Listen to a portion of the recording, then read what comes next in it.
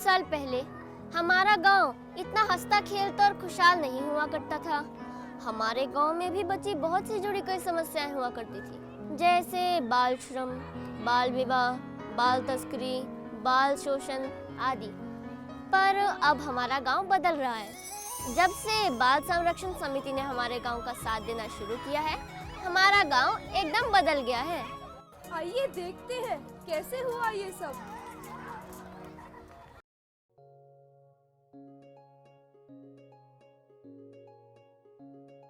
चुप नहीं रहना, चुप नहीं रहना, हमसे कहना, हमसे कहना। चुप नहीं रहना, चुप नहीं रहना, हमसे कहना, हमसे कहना।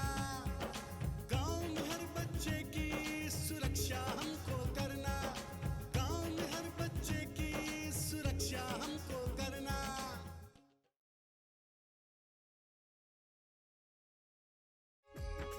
रहते हैं जी, खेती करनी है और क्या करना, अनपढ़ लोग हैं हम लोग तो। बाल बच्चे सब ठीक हैं? हाँ, सब कुछ बात जवान की।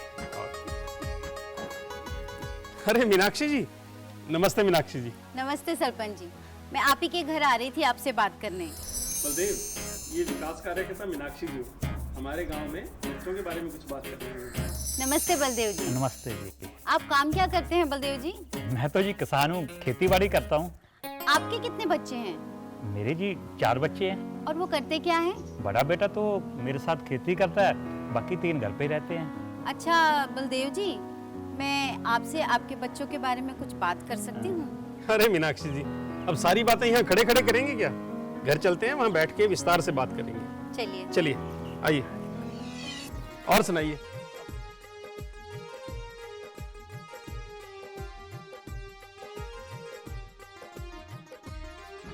आइए आइए, बैठिए मीनाक्षी जी, बैठो बलदेव। अच्छा बलदेव जी, आपके बच्चों की उम्र क्या है? छोटा बेटा 4 साल का, उससे बड़ी बेटी 7 साल की और उससे बड़ी बेटी 12 साल की। सबसे बड़ा बेटा 15 साल का। फिर तो बच्चे स्कूल जाते होंगे, है ना? क्या करेंगे जी स्कूल जाकर? बेटियां थोड़ी बड़ी हो जाए, उनकी शादी कर देनी है। बेटों ने तो मेरे साथ खेती ही करनी है ना। पर बच्चों को प्राथमिक शिक्षा प्रदान करना माता पिता का फर्ज है, और बाल अधिकार भी। बाल अधिकार? ये क्या होता है जी? अरे बलदेव, यही समझाने तो मैडम जी आए हैं आज। बाल अधिकार यानी बच्चों के अधिकार। बच्चे तो बच्चे होते हैं जी, उनके कौन से अधिकार हो सकते हैं? यही गलतफहमी तो दूर करनी है। जिस तरह सरकार ने बड़ों को अधिकार दिए हैं, बच्चों को भी अधिकार दिए हैं। इसका मतलब अब बच्चे भी वोट डाला करेंगे? भाई साहब, मेरे कहने का ये मतलब नहीं था। चलिए विस्तार से बात करते हैं। अरे देखिए, सुनील जी और पवन जी भी आ गए। नमस्कार नमस्कार, आइए मास्टर जी। नमस्ते जी। बैठिए। नमस्ते नमस्ते। बैठिए बैठिए। मीनाक्षी जी, आपने बच्चों को लाने के लिए कहा था, मैं बच्चों को ले आया। नमस्ते करो बेटा। नमस्ते बेटे, नमस्ते। हम लोग बाल अधिकार की बात कर रहे थे। अच्छा, आप लोगों में से कोई मुझे बता सकता है बच्चा कौन होता है? बच्चा जी अम्मू है, जी अमन है। ऐसे ही होते हैं बच्चे जो अपने माँ बाप के साथ रहते हैं और उनके लाडले होते हैं। क्या बलदेव, ऐसे तो तू भी अपनी माँ के साथ रहता है और माँ का लाडला भी है भाई। इस हिसाब से तो तू भी अपनी माँ का बच्चा ही हुआ ना। चलिए, ये तो हुई मजाक की बात, लेकिन बच्चे की परिभाषा क्या होती है? नहीं जी। चलिए मैं बताती हूँ। संयुक्त राष्ट्र संघ ने सन 1989 में United Nations convention on the rights of child मतलब UNCRC को अपनाया है, और अंतर्राष्ट्रीय स्तर पर ये बच्चों के अधिकारों को प्रमाणित भी करता है। सन 1992 में अपने देश भारत ने भी इसे स्वीकार कर लिया है। इसके अनुच्छेद 1 के मुताबिक 18 वर्ष से कम आयु का मनुष्य बच्चा होता है। जाने अनजाने में बड़े ही बच्चों पर जुल्म करते हैं, और माँ बाप भी उनकी भलाई के लिए सही निर्णय नहीं ले पाते। घर की गरीबी का असर बच्चों पर पड़ता है, जिसमें उनका कोई दोष नहीं होता, और इसी कारण अक्सर बच्चे जोखिम भरी जगहों पर काम कर लेते हैं और शोषण का शिकार हो जाते हैं। कई बार बच्चों को गर्भ में ही मार दिया जाता है। उन्हें प्राथमिक स्वास्थ्य और शिक्षा भी नहीं मिल पाती। हमें उनके बचपन को सहेजना और संवारना चाहिए। दीदी, ये तो बहुत जरूरी बातें हैं। मुझे अपने अधिकारों के बारे में और जानना है। बेटा, मैं तुम्हें बताता हूँ। मुख्य रूप से बाल अधिकारों को 4 भाग में बांटा गया है। पहला, जीने का अधिकार। ये अधिकार बच्चे के जन्म से ही शुरू हो जाता है। इस अधिकार के मुताबिक हर बच्चे को अधिकार है कि वो जन्म ले और अपने जीवन की हर सुख सुविधा को प्राप्त करे, जैसे कि रहना, खाना पीना और समाज में अपना सर उठा के जीना। दूसरा अधिकार है सुरक्षित रहने का अधिकार। हर बच्चे को अधिकार है कि वो सुरक्षित हो, उसके साथ कोई भी अत्याचार या दुर्व्यवहार ना हो। तीसरा, सहभागिता का अधिकार। हर बच्चे को अधिकार है कि वो अपने जीवन के अहम फैसले लिए जाते समय अपनी बात रख सके तथा अपनी उम्र के बच्चों के साथ मिलजुल सके। और चौथा, विकास का अधिकार। बच्चे को ये भी अधिकार है कि वो पढ़े, खेले कूदे और अपना बचपन भरपूर जिए और सब उससे प्यार करें और उसके विकास में अपना अपना सहयोग दें। हर एक बच्चे को ये अधिकार है कि वो इस दुनिया में जन्म ले, बड़ा हो, सुरक्षित रहे और अपने मन और दिल के विचारों को पूर्ण रूप से सबके सामने प्रकट कर सके। इससे बच्चा आत्मविश्वासी और हिम्मती बनेगा और उसमें जिंदगी की हर मुश्किलों को सुलझाने का हुनर होगा और वो हर एक बात के अच्छे और बुरे पहलू को देखकर उसे अपनी जिंदगी में उसी हिसाब से अपनाएगा। पर हमारे गांव में तो कई बच्चे ऐसे हैं जो स्कूल नहीं जाते हैं और कुछ तो काम में भी लगे हुए हैं। सरपंच जी, आप एक जिम्मेदार नागरिक, सरकार के प्रतिनिधि और गांव के मुखिया होने के नाते इसके प्रति लोगों में जागरूकता फैला सकते हैं। साथ ही साथ बच्चों का दाखिला करवाने में हमारी मदद भी कर सकते हैं। ये बात तो हम सब जानते ही हैं। अधिकारों के प्रति जागरूकता पहले अपने घर और गांव से ही शुरू होती है। ये बात हमारी नज़र से छूट गई कि इस तरह बच्चों की और भी समस्याएं हो सकती हैं। बिल्कुल। पर हम इस बारे में क्या कर सकते हैं? सरपंच जी, हम अपने गांव में बाल संरक्षण समिति का गठन कर सकते हैं। बाल संरक्षण समिति? जी हाँ, बाल संरक्षण समिति जो कि बच्चों के अधिकारों के लिए लड़ती है और उन्हें एक सुरक्षात्मक वातावरण प्रदान करवाने में सहायक होती है। बाल संरक्षण समिति समुदाय पर आधारित बाल संरक्षण तंत्र है जिसकी स्थापना पूरे देश में किशोर न्याय बालकों की देखरेख और संरक्षण अधिनियम 2015 और समेकित बाल संरक्षण योजना के तहत की गई है, जो बच्चों को उनके अधिकार दिलवाने का निरंतर प्रयास करती है। इसके अलावा सरकार द्वारा बाल अधिकारों की सुरक्षा तथा निगरानी के लिए राष्ट्रीय और राज्य स्तर पर बाल अधिकार संरक्षण आयोग तथा commission for protection of child rights की स्थापना की गई है।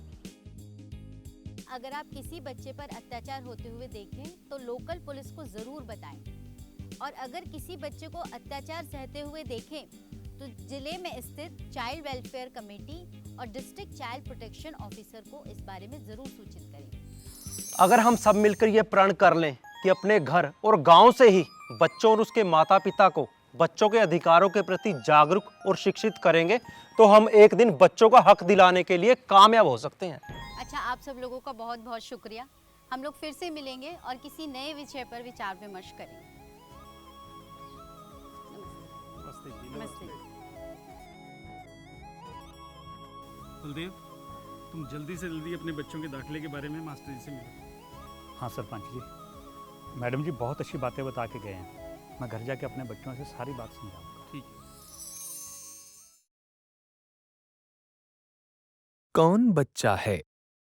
United Nations convention on the rights of the child UNCRC के अनुच्छेद 1 तथा किशोर न्याय बाल देखरेख एवं संरक्षण अधिनियम 2015 के अनुसार 18 वर्ष से कम आयु का प्रत्येक मनुष्य बच्चा है, जिसे कानून द्वारा इस आयु से पूर्व वयस्क न घोषित किया गया हो।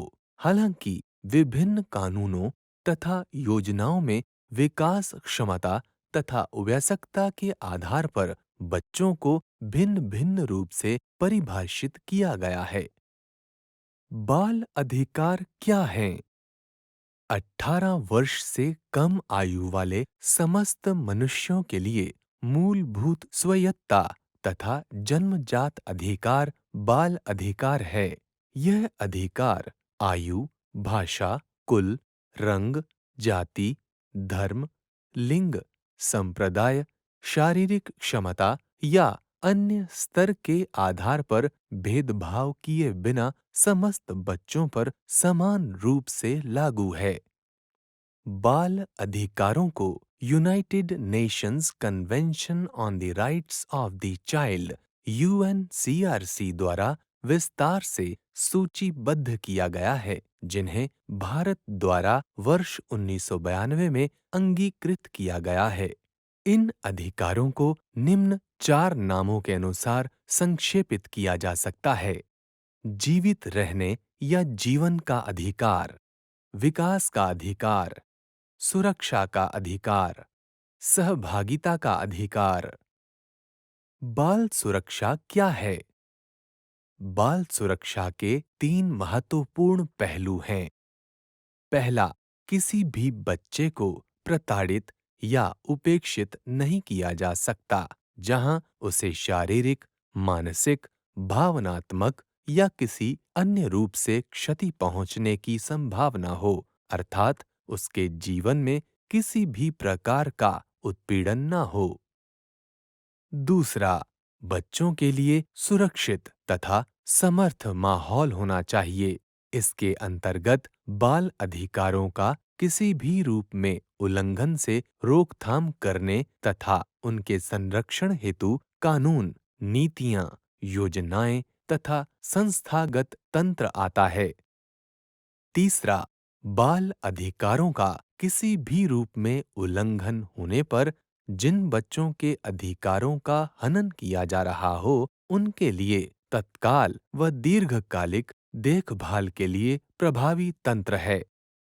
बाल सुरक्षा सुनिश्चित करने का अर्थ है कि बाल श्रम, बाल विवाह, बच्चों का यौन उत्पीड़न, बच्चों के साथ पक्षपात, बच्चों की पिटाई इत्यादि उत्पीड़न किसी भी रूप में नहीं होने चाहिए। यह सुनिश्चित करने में सहयोगी पुलिस, देखभाल करने वाले माता-पिता, सहयोगी शिक्षक, बच्चों की समस्याओं पर ध्यान देने वाले ग्राम पंचायतों के मुखिया, आंगनवाड़ी कार्यकर्ता, नर्सें, डॉक्टर इत्यादि की भूमिका महत्वपूर्ण है।